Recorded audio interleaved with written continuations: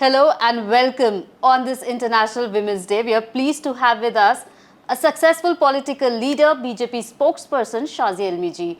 Welcome, ma'am. Thank you so much. It's great to be here. And I'm really honored that you've thought of me and invited me to your wonderful platform. So, ma'am, you came from Kanpur and became a Yes, journalist and now a successful political leader. How would you describe your journey? arduous, eventful, and a roller coaster. Really? What makes you say so? There have been so many ups and downs, and it's been very pacey, it's been very fast paced. Yeah. So much has happened. There has never been a dull moment. So I think Allah, Ishwar, Lord, destined that this is the life I lead, and I'm leading that. But what motivated you to make this shift from journalism to becoming a political leader? So it was just, I worked with news for many years. That's the only job I've known. I passed out of Jamia Mass Communication Research Center. I was trained to be a technical person, to be a filmmaker, and many of my batchmates are very senior, serious filmmakers. So I'm more of a technical person, to be behind the camera, to direct, produce, and what have you. So I come from Kanpur. Chamanganj was the area, a hustling, bustling neighborhood, predominantly Muslim. That's where I come from. And a part of me always wanted to do more. I wasn't happy just being a little daughter of a well-known editor of a newspaper, a Maulana in his own right, Maulana Ishaq Ilmi. And my brother's world was very different from mine. So I wanted to change that, and I wanted to go out there and see life for itself and, redefine rules that are set for women. And it's like almost like your future is past revisited. So in your present, you're totally guided by the past, and your future is recreated past. So it's kind of written as to what will happen, as from a good daughter to a good sister, to a good then wife, to a good mother. Those rules were defined. And I didn't want to be very good, It's very boring sometimes. Sometimes you have to challenge things. Yes. So, which is what I did. And I got into a Jamia Mass Communication Research Center. So I was trained to be a filmmaker. And I worked with news for many, many years, like you have, yes. And it was great and fulfilling. Yet a part of me wanted to do more. So I got into it accidentally. It is not by design that I'm a politician. And it so happened that there was this whole Anna Hazare movement whatever heard of. And before it even became a big movement, when it was just beginning to happen, I was very tempted. So from TV, hardcore news, I was anyway kind of taking a break, making my documentary films. And then this happened. This came to me just like that, destiny. And so I just felt I'm going to help out Prashant Bhushan ji, Arvind Kejriwal, who was my Rakhi brother, and just wanted to do more. And this was the thing, and I thought I will give some time to it, and then I had no idea that 1 month, 2 months, and now it'll be like, it seems like I find myself in like serious politics. Yes. So Anna Hazare movement itself was not a political movement, it started against corruption. Against corruption. But then Arvind made it into a political party. Because I was close to Arvind Bhai, I just kind of went along. So it was never part of the plan. Yet here I am. But you played a pivotal role in this campaign, India Against Corruption. Yes. If I have to ask you, how did it shape your political view? My political views are very, very clear, even before that. All my news anchoring was on during the days when UPA 2 was in power, and those were hardcore corrupt days. And every news story that I broke, did, reported, or observed and analyzed was about corruption. So it was total corruption, and it kept on happening, and there were scams after scams, ministries after ministries, departments after departments, ministers after ministers. So that corruption kept happening, the scams kept happening. And I kept reporting, and I wanted to do more. So I was in that sense very anti-Congress. And also I didn't like, as a Muslim woman, I've had a huge problem with the way Congress has conducted itself and addressed the issue of Muslims. I feel Muslims have been exploited by the party totally. for Congress's own personal and political gains when if you look at certain ministers in the party. So I was very clear about that.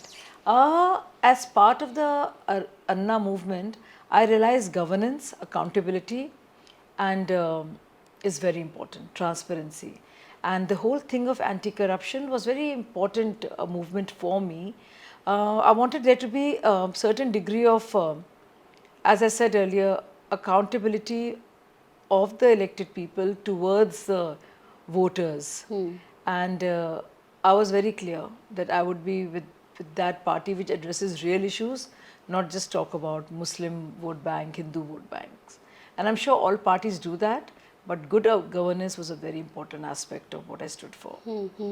And so I was very clear that I wasn't going to be with Congress and so-called secular parties who just use Muslims as vote banks. Yeah. So in this largely male-dominated political landscape, what were your challenges and how you dealt with those challenges?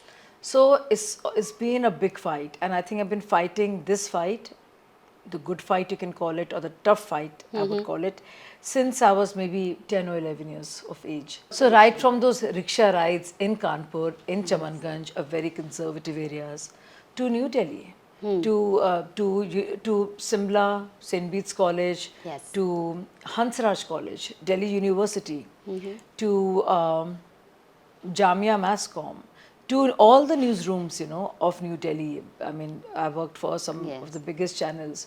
This has been the case, you know. So it's very difficult to shake off the patriarchal, very anti-women image people have an attitude. So, and women very often succumb to it, but I did not. I said my work will speak for itself, my mind is for everybody to see. And I'm just not going to be a girl or a woman. This is about my journey.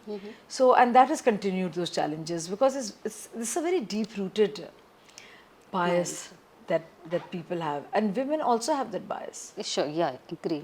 So it has been challenging throughout, you know, and I still continue to face it. You know, I'll just tell you a recent incident. I called publicly on TV that Epstein is a monster. He's a pedophile, he's a rapist, and it's unthinkable. And sometimes you stay awake, I think all of us do, thinking of what kind of people they were and they are. So I said that totally, and of course I was talking about my party, and as a party spokesperson, I was talking about what our minister, Hardeep Puriji's role has been and how limited it's been to, and which is why his name is not in the files which have been brought out by the victims, but in the emails in his capacity as a member of a committee, a multilateral commission. So, but the hate I got, the ugliness, there were many other fellow male spokespersons too, and none of them got the ugliness that I got from, and it was, you were trolled but in such a vicious manner, and it was about my body, my children, me deserving to get raped, and it was just a lot so of personal ugly. attacks. So women always face far more personal attacks, and it's been like that with me. When I left Aam Aadmi Party, they had little to say about the reasons why I left, and very real reasons. Were all about who I am. So she's looking so bad. She's put too much makeup. Oh, look at her. Oh, she's like that. And you know, there'll always be questions about your morality. Exactly. What kind of character do you have? And women themselves will not spare you. They will not even bother checking how much of it is true. It just, you know, you will never accuse men of that, of their character. You will never accuse men of being too emotional. Correct. You know, I'm very proud of my tears and fears. I have been scared in life. I am scared of a few things, but I will not hide them away and pretend to be somebody I'm not. I cry easily, and I'm proud of that I feel. But you know, to be emotional is to be a weak person. Weak person, yes. Okay, but do you think women politicians are still intensely criticized, because we were just talking about it, for what they wear, and do you believe female leaders in India are compelled to dress down? I mean, what is society's expectations out of a powerful woman? You know, so see, if you're a woman whose husband or whose father is a powerful politician, or you come from that family, you'll be protected. Somebody like me, nobody will speak for. My dad is no more there. In my own family, there is a whole property dispute. So my brothers work against me, except for one. Yes. So it's very difficult. So you have to see it case by case. Powerful women from big families, who they are protected, you know, always. Somebody or the other comes to their rescue. You see, in my case, nobody in my family can come to my rescue, you know. So because your family is through, of course, your parents, your father, and through your husband. And so I don't come from any of that. But this perception of, you know, women in sari, in political landscape, or just association, Yeah, or so they have to also follow that stereotype. So you'll find many of these female politicians in their personal space could wear something different, but yes, they have to dress up in a certain way to conform to a certain stereotypical image of what women politicians must look like. You know, I try to change that. As a young Yes. girl, as a growing woman, I was not allowed to wear what I wanted to wear. I had dreams and desires to dress up like my other friends. Shalini, Babita, Aparna.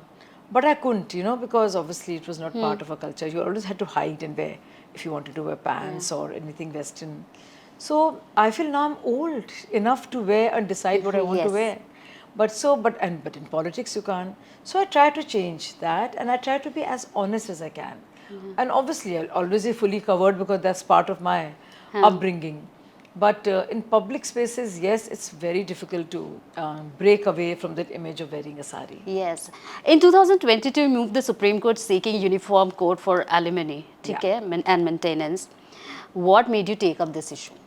It's a very important issue. In fact, I've been one of the early petitioners Yes. for UCC as Yes, well. yes. And ever since I was a little girl, and I was in, I grew You've up in a very seen. conservative Sunni household, you know. I would always see these women come to the house. And of course, my world was limited, but at least I was allowed to study. And you know, people like us have to say allowed. And we were given permission to. And we're very grateful for that. But men will never, they're entitled a lot, you see. So, having said that, I would see so many women, एक जुबैदा खाला होती थी, कि बेटी एक baby बाजी होती थी, एक रफत आपा आती थी, all abandoned by their husbands, all of them. Each one of them, and there were many, ज़कात मांगने आती थी, काम मांगने आती थी, बहुत ही बुरी हालत में, बिल्कुल गरीबी में. ज़्यादा सबकी एक ही कहानियाँ थी. शौहर ने छोड़ दिया है, husbands have abdicated their responsibility, abandoned them, gotten married again. No question of maintenance, for themselves, for the children. So it is, I think a part of me is here because of that.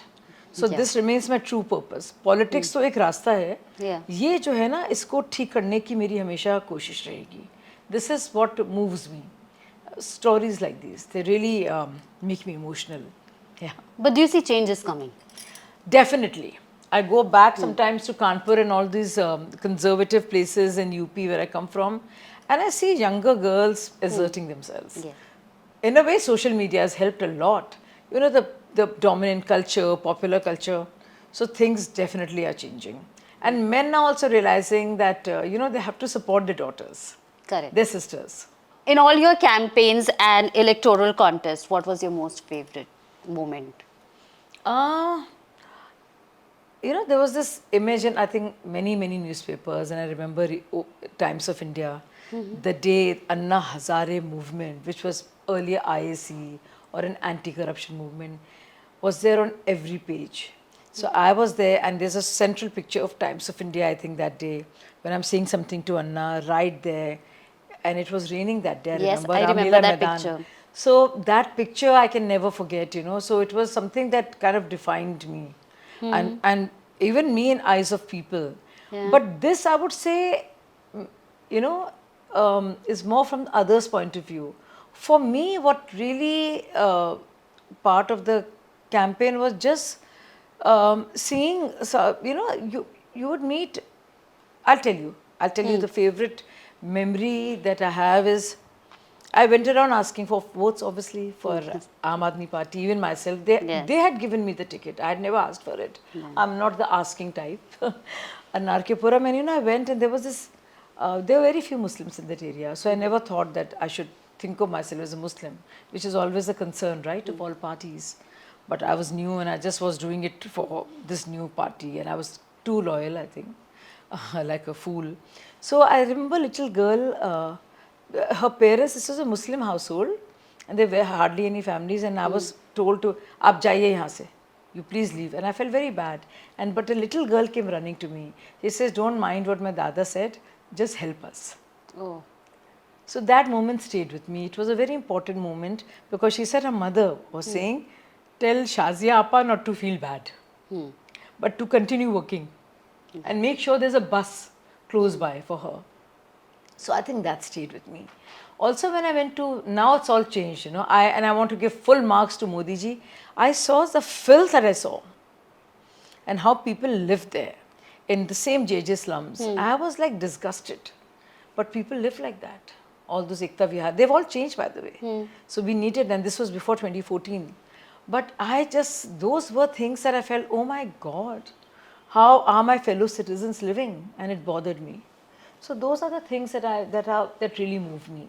But in people's eyes, yeah, it was a defining moment, you know, because when you work selflessly, you give up the whole career, you're just part of a small movement. तब तो शुरू में हुआ था, तो किसी को पता नहीं था कि क्या होगा उसमें. But eventually when it became big, after Jantar Mantar and all the negotiations that used to happen with that Anna team and the UPA 2 ministers team, this became very big. And yeah. This incident that you just mentioned, quite an emotional one, but you became voice of several women out there. Yeah. How does it feel? It's very important to me. You know, all of us, Anshu, you, I, and even men, I ask, we have to be voices for the voiceless. Yes. It's our job. It's not something for political dividends or any kind of dividends. It is our duty. We have seen how life works. Yes. They're the voiceless out there. They can't speak for themselves. They don't even know what they're being denied. They have no idea of that. They're just part of a conditioning which keeps them a certain way. Quiet, hesitant, Correct. in anguish, in pain. We have to relieve them. Because you said, you know, in one of your articles I read that patriarchy is a mindset and feminism is a war against this mentality. Absolutely. Why? So I want to say this to you. Now, you'll interview a lot of men and women. Yeah. They're saying, you know, aadmi aise hote hain, men are like this. No, it's wrong. I have met wonderful men. Yes. And they've been great. If you compare my brother Irshad Bhai to my sister, I think he's far more emancipated than my sister would be. If you see my father and compare her with my father was far more of a feminist than my mother was. So women are as much a part of patriarchal culture. Yes. So, you know, this typical thing of people fighting over men, mother-in-law, daughter-in-law fighting over a man. So it's just the whole thing. We've given men too much power. Correct. But there are men out there who want a good deal. And so women must get themselves out of this trap. And women are as much a part of patriarchy. So men and women have to work together for gender parity for other women. So that's where women are getting wrong. Yeah, absolutely. So it's a fight against a mentality. It is not a fight against men. Sexes. Yeah, it's not a battle between sexes. Yeah. It is a battle against a mentality which keeps a certain gender oppressed. Correct. And women themselves, many women are also part of it, are the oppressors. The biggest barrier, I think, is dynastic politics, is certain powerful families. And I really want and I really pray that more and more women from grassroots, without any daddy or father-in-law or a powerful husband or a powerful name behind them, last name, get there on their own. Because even now you see that, even if you see Rajya Sabha, Lok Sabha, many women are there because of their families. Yes. So would anybody who's worked hard on their own, made their own mark, struggled every day, worked on a career which they got with great difficulty, but they get to something easily? No, they won't. So it's just easier. So we have to have more access for normal women who don't have anybody to promote them. I mean, I had nobody to promote me, ever. You ask, I mean, whether it was in school, college, mass comm, where I got in through an entrance exam to Anna Hazare movement. You've all seen, or as a anchor with Star News. There was never any family backing ever for me. You can come from a family like my father was a famous journalist, or you can have one or two relatives, but they've never spoken for me or have been have recommended me. It's always been a lot of hard work. And there's It's also किस्मत होगी, किसी की किस्मत बहुत tough होती है, तो मेरी उस किस्मत में से है. And there's a lot of balancing act required. Like, women have freedom, but then their choices are questioned, and then there is a lot of expectations out of them. How did you balance all this? I don't know whether I balanced it, but I sure went, you know, I mean, I don't know how those, how the balancing act happens, but every minute of my life, since I've been, like I said, 10 or 11, I feel I'm walking the tightrope. Yeah. And you know something, people would disagree with me and say, oh, she's only talking about her religion. All religions are like that. Yeah. But I'm telling you, and to be a Muslim girl in the current setup in a democracy is very, very tough. Because one has to fight everything. Because there are parts also which are part of the religion, or what people think is religion, is that women must not do this, must do that. I'm sure there are conservative families and Hindus and Sikhs too, but I think it's far more tougher for Muslim girls to go out there. There are too many odds against them. So, yeah, it's never easy. You work with both the you have worked with both the political parties. What would be that one thing that influenced your approach to leadership? So, I was always a journalist, but I was part of course, I was a founder member of Aam Aadmi Party, and which I told you was an accident, not by design, because I never thought I'll be a politician. Then here I am getting interviewed by you on politics, so that's that. And it was very terrible, you know, what I discovered about the party, which came from a movement, which came from a small team, which just desired a new India, you know. So, what I have learned after leaving AAP, and then after I waited out a year, and a lot of politicians leave. I mean, it's very common. But the only difference in my case, in Shazia Ilmi's case, is that I didn't get into a party for a ticket or for any position.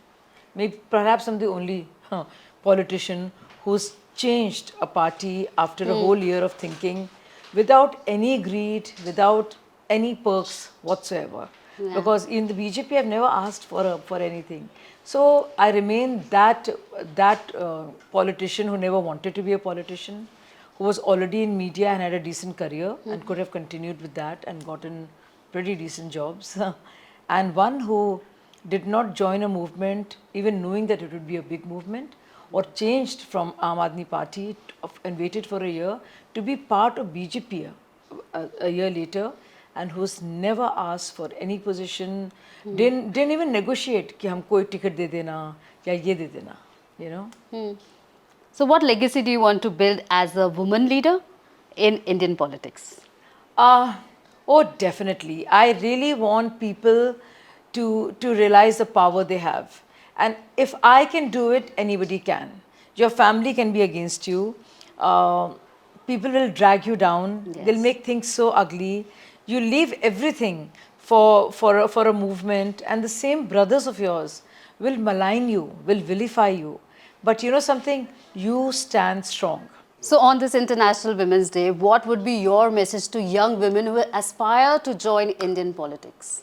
You know, I read this beautiful poem or nazma of Fehmida Riaz, and it stayed with me. And it's so beautiful, you know. कुछ लोग तुम्हें समझाएंगे, वो तुमको खौफ दिखाएंगे. जो है वो भी हो सकता है, इस राह में रेज़न है इतने, कुछ और यहाँ हो सकता है. Reason as in crooks. Yes. You know, dacoits. So, कुछ लोग तुम्हें समझाएंगे, वो तुमको खौफ दिखाएंगे, जो है वो भी हो सकता है. इस राह में रेज़न है इतने, कुछ और यहाँ हो सकता है. अरे कुछ और तो अक्सर होता है, पर तुम जिस लम्हे से जिंदा हो, वो लम्हा तुमसे जिंदा है. तुम अपनी करनी कर गुजरो, जो होगा देखा जाएगा. Well, on that note, ma'am, thank you so much for giving us your time. It was lovely talking to you. Thank you, Anshu, so much for having me over. and keep doing more of these deep dive talks on what it means to be a leader for women. Well, thank you so much, ma'am. It was really lovely talking to you. Thank you so much.